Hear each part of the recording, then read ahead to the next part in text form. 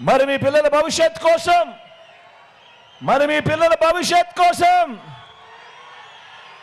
యుద్ధం చేయడానికి నేను సిద్ధం. మీరంతా సిద్ధమేనా అని అడుగుతా ఉన్నాను. ఇక రెండవ అంశం ఆలోచన చేయమని కోరుతా ఉన్నా. ఇక రెండవ అంశం మన బంగారు తల్లుల గురించి. రెండో అంశం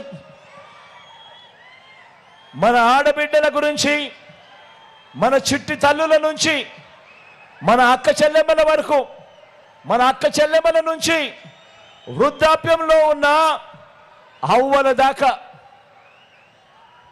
గత ప్రభుత్వాలు వారి మంచి కోసం ఏం ఆలోచన చేశాయి అనంటే, గత ప్రభుత్వాలు నా అక్క చెల్లెమ్మల కోసం, ఆ చిట్టి తల్లుల కోసం, ఆ అవ్వల కోసం ఏం ఆలోచన చేశాయి అని అడిగితే, గత ప్రభుత్వం ఏం చేసింది వాళ్ళ కోసము అని అడిగితే, కనీసం చెప్పేందుకు ఒక్కటైనా కూడా కనిపిస్తుందా అని చెప్పి ప్రతి ఒక్కరూ కూడా ఆలోచన చేయమని కోరుతా ఉన్నా.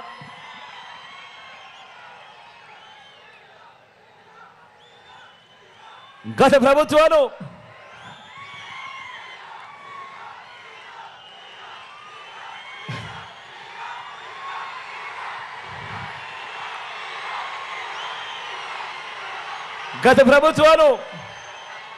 ఎంత దారుణంగా ఆలోచన చేశాయి అనంటే,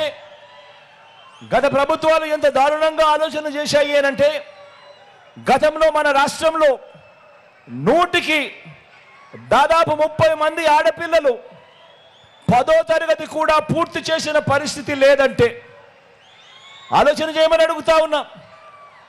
గత పాలకుల పాలనలో ఏ రకంగా ఇంత దారుణంగా వాళ్ళు ఆలోచన చేశారు అనంటే, వాస్తవాలు ఎలా ఉన్నా కూడా పట్టించుకోలేదు అనంటే, ఏకంగా 100 మంది పిల్లల్లో ఏకంగా 30 మంది ఆడపిల్లలు 10వ తరగతి కూడా పూర్తి చేసిన పరిస్థితే లేదు అనంటే, మన రాష్ట్రంలో ఇదొక్కటే కాకుండా మన రాష్ట్రంలో బాల్య వివాహాలున్నా గతంలో ఆపే పరిస్థితి కూడా లేదు అనంటే, మన రాష్ట్రంలో తల్లికి ఎన్నో ఆశలున్నా కూడా తన బిడ్డను, వారి భవిష్యత్తును నిర్ణయించే ఆదాయం ఆ తల్లుల చేతుల్లో లేదు అనంటే, మరి ఇలాంటి పరిస్థితులు ఉన్నా కూడా పాలకులు పట్టించుకోలేదు అనంటే, మరి అలాంటి పాలకులు ఉన్నా ఒకటే లేకపోయినా ఒకటే కాదా అని అడుగుతా ఉన్నాను మీ అందరితో కూడా.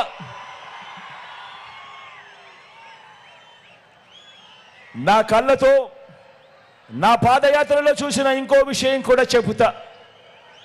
మన వ్యవసాయంలో, మన పంటలు పండించడంలో, మనం కొనే పూల నుంచి తినే కూరగాయల దాకా, వరి నుంచి తృణధాన్యాల దాకా, మనం అన్నం తింటున్నప్పుడు ప్రతి గింజ మీద అది ఎవరి నోట్లోకి వెళ్తుంది, వెళ్ళాలి అన్నది భగవంతుడు రాస్తాడట.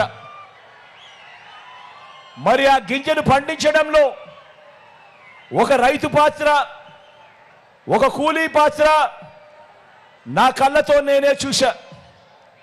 ఆ ప్రతి గింజ కూడా పండించడంలో, ఆ కూలీల్లో నా అక్క చెల్లెమ్మల పాత్ర ఎంత ఉందో నా కళ్ళ ఎదుటే నేను చూశా. నా పేదింటి అక్క చెల్లెమ్మలు ఎంత